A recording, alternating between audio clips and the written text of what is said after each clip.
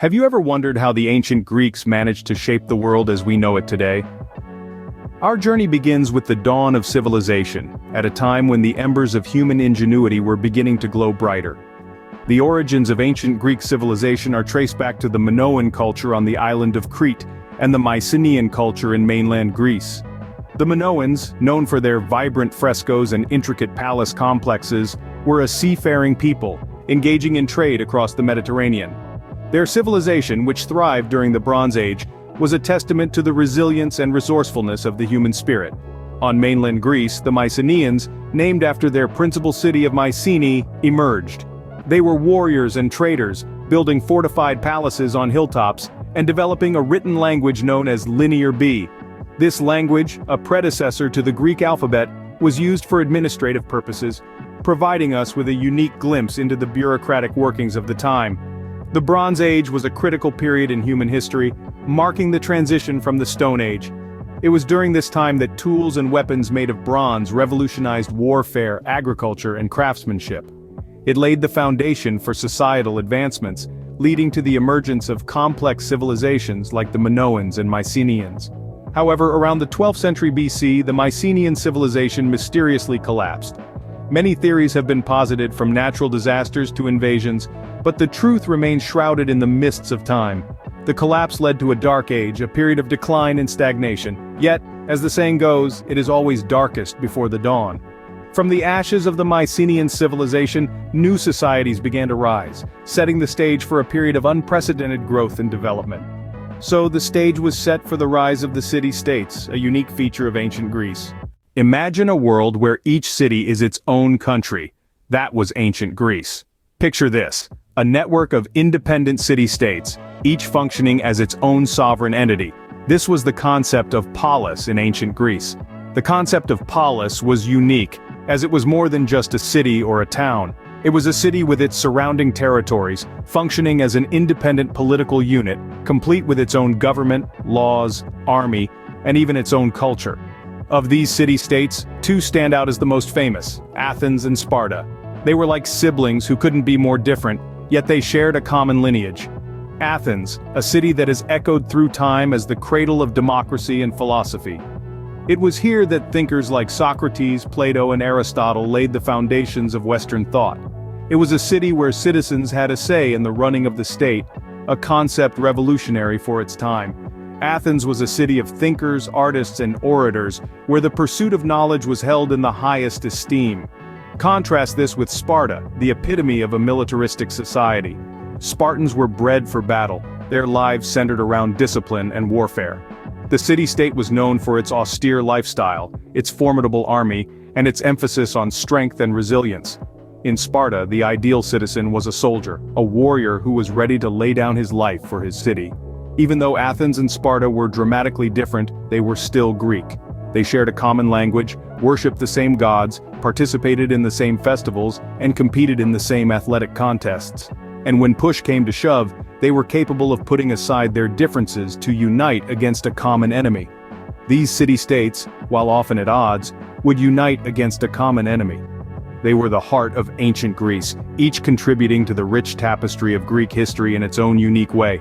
And it's in understanding these city-states that we begin to truly grasp the complex and fascinating world of ancient Greece. What happens when a mighty empire threatens your way of life? Picture this: the Persian Empire, a colossal entity stretching from Egypt to India, sets its sights on the comparatively small and disunited Greek city-states. This marked the beginning of the Persian Wars, a series of conflicts that would go down in history as a testament to Greek resilience and unity. The first significant clash occurred at Marathon. The Persians, confident in their overwhelming numbers, were taken by surprise when the Greeks, led by the Athenian general Miltiades, launched a daring attack. Despite being heavily outnumbered, the Greeks emerged victorious, pushing back the Persian forces. This battle set a precedent, showing that the Persians were not invincible. Fast forward to the Battle of Thermopylae, a clash that has been immortalized in history and pop culture alike. Here, a small band of Spartans, led by King Leonidas, held off the Persian army at a narrow pass for 3 days. Their bravery, though ending in defeat, was a beacon of hope for the Greeks, and an embodiment of their resolve to protect their homeland. Then we sail to the Battle of Salamis, a naval confrontation where the Greeks, under the command of the Athenian general Themistocles, tricked the Persian fleet into a narrow strait. The Greeks, with their superior maneuverability, decimated the Persian navy, marking a turning point in the war. These wars were more than just battles. They were a crucible in which the Greek city-states, often at odds with each other, found a common cause. Figures like Themistocles and Leonidas became symbols of resistance against a mighty empire, their actions echoing through the ages. The Persian Wars were a testament to the power of unity in the face of adversity. They showed the world that the Greeks, despite their internal squabbles, could band together to protect their way of life from external threats. Having defeated the Persians, the Greeks were now ready to enter their golden age. What would you do if you lived in a time of unprecedented cultural growth? Welcome to the Golden Age of Greece, a period that spanned the 5th and 4th centuries BCE. This was a time when Greece was the cultural heartbeat of the world, birthing advancements in philosophy, arts, politics, and science that continue to shape our world today. Imagine walking the vibrant streets of Athens, where the air is filled with the passionate debates of philosophers. Here we meet Socrates, a man who dared to question everything, turning conventional wisdom on its head. His student Plato carried on his legacy, founding the academy and crafting philosophical dialogues that still challenge us today. And then there's Aristotle, Plato's student, who would go on to tutor Alexander the Great and make groundbreaking contributions in numerous fields from biology to ethics to politics. But this golden age wasn't just about philosophy. It was an era that witnessed the blossoming of arts and architecture under the guidance of visionary statesmen like Pericles. Under his leadership, Athens transformed into the epitome of classical Greek culture. The city was adorned with magnificent structures, most notably the Parthenon, a temple dedicated to the goddess Athena, built by the master sculptor Phidias. And let's not forget the leaps in science and mathematics. The Greeks developed the foundations of geometry, and figures like Hippocrates laid the groundwork for modern medicine. But the Golden Age was also a time of political innovation. Democracy, as we know it today, was born in the city-states of Greece. Citizens had the power to vote, to voice their opinions, and to shape the future of their city. Yes, the Golden Age was a time of incredible progress. It was a time when the human spirit soared, when minds engaged with the world in new and exciting ways, and when the seeds of our modern world were planted. However, all Golden Ages must come to an end. What causes a civilization to decline and eventually fall? This question has puzzled historians for centuries, and it's no different when we consider the fall of ancient Greece. Let's start with the Peloponnesian War.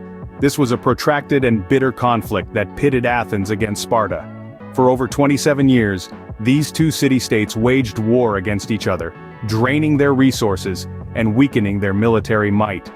The war created deep divisions among the Greek city-states, sowing seeds of discord that would continue to germinate long after the final battle. While Greece was embroiled in infighting, a new power was rising in the north: Macedonia. Under the leadership of King Philip II, Macedonia grew in strength and ambition. The infighting among the Greek city-states provided the perfect opportunity for Macedonia to assert its dominance. When Philip was assassinated, his son, Alexander the Great, ascended the throne. Alexander was not only a skilled military strategist but also a charismatic leader. He managed to conquer all of Greece and much of the known world in a remarkably short reign. His death, however, left a power vacuum that led to the fracturing of his vast empire into smaller Hellenistic kingdoms. The Hellenistic period which followed Alexander's death was marked by significant cultural diffusion. Greek ideas, art, and culture spread far and wide, influencing societies from Egypt to India. Yet the political unity of Greece was lost. The city-states, once vibrant and powerful, were now under the control of foreign rulers. The fall of Greece was not an abrupt event. It was a gradual process characterized by war, infighting, and external conquest. Yet even in decline and eventual fall, Greece left a profound legacy. The ideas, art, and culture of ancient Greece have seeped into every corner of the globe, shaping societies and civilizations for millennia and continue to do so. Despite its fall, the legacy of ancient Greece continues to shape our world today.